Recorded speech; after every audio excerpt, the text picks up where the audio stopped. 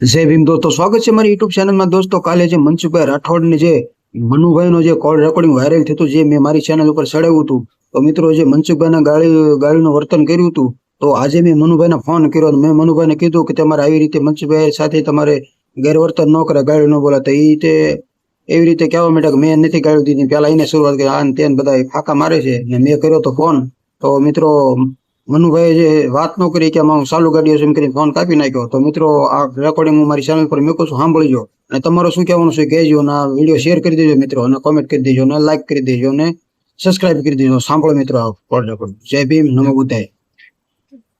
Hello hello, hello. કોણ? મનોજભાઈ બોલો? હા બોલો. એ સાહેબ, કેબી સોલંકી બોલું, સુરત થી. બોલો બોલો સાહેબ. કેમ છો? મજામાં? હા મજા મજા. કામ એમાં એવું હતું કે કાલે તમારો એક ઓડિયો સાંભળ્યો સાહેબ. હાજી. આજે આપણે જે પરવીણભાઈ જે દેવી પૂંજક છે કે નહીં, હા હા એ માંડવામાં કાંક બાબા સાહેબ નું ઝીલણિયું ગાયું હતું. હા હા એ બાબતે મનસુખભાઈ ફોન કર્યો તો પરવીણભાઈ ને, હા હા. અને પરવીણભાઈ તમને લાઈન માં લીધા ને તમે મનસુખભાઈ ને જીમ ફાવે એમ ગાયું બોલ્યા સાહેબ. મનસુખભાઈ ને પેલા તમે પૂરું સાંભળ્યું એમાં? હા સાંભળ્યું મેં સાહેબ, તો જ ફોન કર્યો હોય ને. પેલા મેં એમને શું કીધું કે હા. જે હોય મનસુખભાઈ હું તમને ઓળખું છું, તમે હા. મિત્ર છો. તો એ મને પાછળ મારી સામે ભીડાઈ ગયા. પણ એમને હા, ગાળીની તમે શરૂઆત પેલા ગાળીની શરૂઆત પેલા તમે કરી.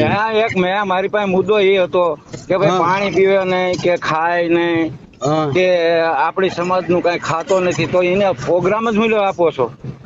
એમને પ્રોગ્રામ ઈ આપ્યો છે બરાબર. માંડવાની વિશે જે 1956 માં જે બાબા સાહેબે જે બૌદ્ધ ધર્મ અપનાવ્યો હતો, બોલ્યો અપનાવ્યો હતો, હા હા એ આવા તમારી રીતે જો આવી રીતે તમે કરો ને એટલે જ અપનાવ્યો હતો. આપણી સમાજ, કારણ કે આપણી સમાજ થઈ ને તમે આપણી સમાજ નું આવું કરો યાર.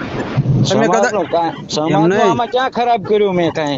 એમને તમે કદાચ હાલો તમે મરી ગયો તો આપણે કાંઈ કોણ આવશે? આપણે સમાજ આવશે કે ઈ આવશે? હા હા. તો આવી રીતે તમારા મનસુખભાઈ ને ગાળે બોલાય યાર. મનસુખભાઈ ને હું તો ભલમનસાઈ થી મનસુખભાઈ કરું છું. તમે પેલા સાંભળો તો ખરા પૂરું એમાં. અરે મેં બધું સાંભળ્યું યાર, હા તો ઓડિયો સાંભળ્યો પછી જ મેં તમને ફોન કર્યો. પણ એમ નહીં, હું મનસુખભાઈ કરું તો એ તો વળી એને એમ છે કે હું કઈક શું ભાઈ લ્યો.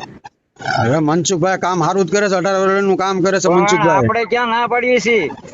આપણે ના પાડીએ ને? ના નથી પાડી, પણ તમે આવી રીતે એના ગાળી બોલો આ એમ નહીં, એને વ્યાજબી છે યાર. વિચાર કરવો પડે ને કે ભાઈ મનસુખભાઈ કરે હા. તો તમે સાંભળો છો એમાં તુકલા ને ઉકલા કરે છે. હા, એ પણ તમે આવી રીતે ડાગલા વેડા કરો તો પછી શું થાય યાર? ના ભાઈ ના, એવી કઈ નથી કઈ ઓલા કર્યું હો અમે. આ તમે એના જીમ ફામે તો ગાળી તો બોલો છો. અરે ભાઈ હું તમને એમ કઉ છું કે મનસુખભાઈ કરતો તો હું. હા, એ વાત તમે રાજી છે, પણ એમને બાબા સાહેબ નું ઝીલણિયું થોડું ગાવાનું માંડવામાં પણ તમે. મેં એમ જ કીધું કે હા. તમે ગૌરવ આવ્યા તો બોલો મારી પાસે.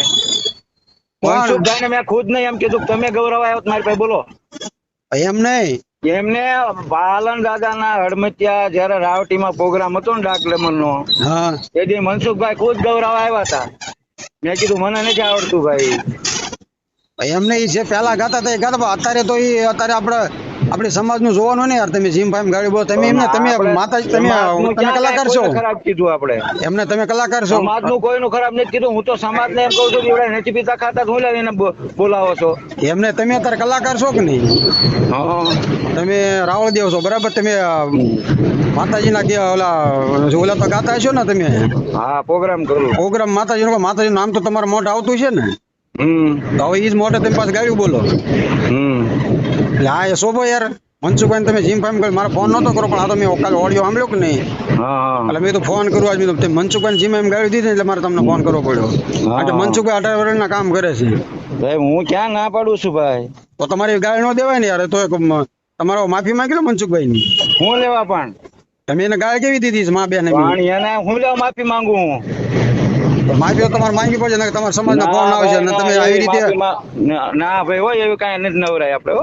એમને તમે આવી રીતે કોકના ડાગલા બનીને ફોન કરીને તમે ધમકાવો તમારે એમાં તો તમે અત્યારે તમે બની ગયા છો ને એના. કોણ તમે એના ઓલા બની ગયા ને અત્યારે તો હું દાખલો નથી બન્યો. હું એને ફોન ઓલો મેં તમને કર્યો કારણ કે તમે આપણી સમાજને માટે તમે બીજાના ઓલામાં તમે પગ ખેંચીને તમે એ બાજુ જાઓ. તો એમને સમજાવતો તો ભાઈ હું તો કાંઈ મારે એની હારે લપ કરવાનો ટાઈમ નથી હોય એવો. પણ તમારી ડિબેટ જ નહોતી આમાં, તમારો વાત જ નહોતી, તમારોમાં કઈ કામ નહોતું. તમે જીલણિયું ગાયું હતું. અરે મેં એમ કીધું છે, મેં એમને એમ કહેતો હતો ભાઈ જે હોય બતાવી દેજો. પરવીનભાઈ મારો મિત્ર છે મેં કીધું, અને મનસુખભાઈ હું તમને ઓળખું છું. પણ એમને તમે જીલણીઓમાં ગાયું નથી તો તમારે અમને કોન્ફરન્સ મારીને તમારે એને ગાયું હલાવી દીધી. તમારામાં કઈ વાંકાઈ નહોતું, તમારી વાતય નહોતી, તમારી વાતય નહોતી થતી આમાં. અરે ભાઈ પણ હું એમને એમ કહું છું મેં નકરી પહેલા ગાળું જ દઈ દીધી છે. હા તમે ગાળુથી શરૂઆત કરી. એટલે ગાળું થી જ શરૂઆત કરી છે. હા તમે મનસુખભાઈ તો ખાલી તમે એમ કહેતા તમે ડાકલા બેન ઓલે ફોન કરો એવી રીતે વાત કરતા હતા, અને તમે ડાયરેક્ટ ગાળુથી શરૂઆત કરી દીધી. શેનો? તમે મનસુખભાઈ ગાળુથી શરૂઆત કરી ને. પેલા શું કીધું છે તમે? કોને? મેં પેલા શું કીધું છે? તમે વાત કરતા હતા, તમે જે હળમતની બધી તમે એવી રીતે વાત કરતા હતા. હા તો મનસુખભાઈ તમને ચોખ્ખું એમ કીધું, સાંભળવાનું જ નહીં કોઈનું. એમને મનસુખભાઈ તમને ચોખ્ખું એમ જ કીધું છે કે તમારી આમાં વાત જ નથી, સાંભળવાનું જ નહીં કોઈનું. પણ તમારી વાત જ નથી આમાં. એમ કહું ઉપાડી લેવાના.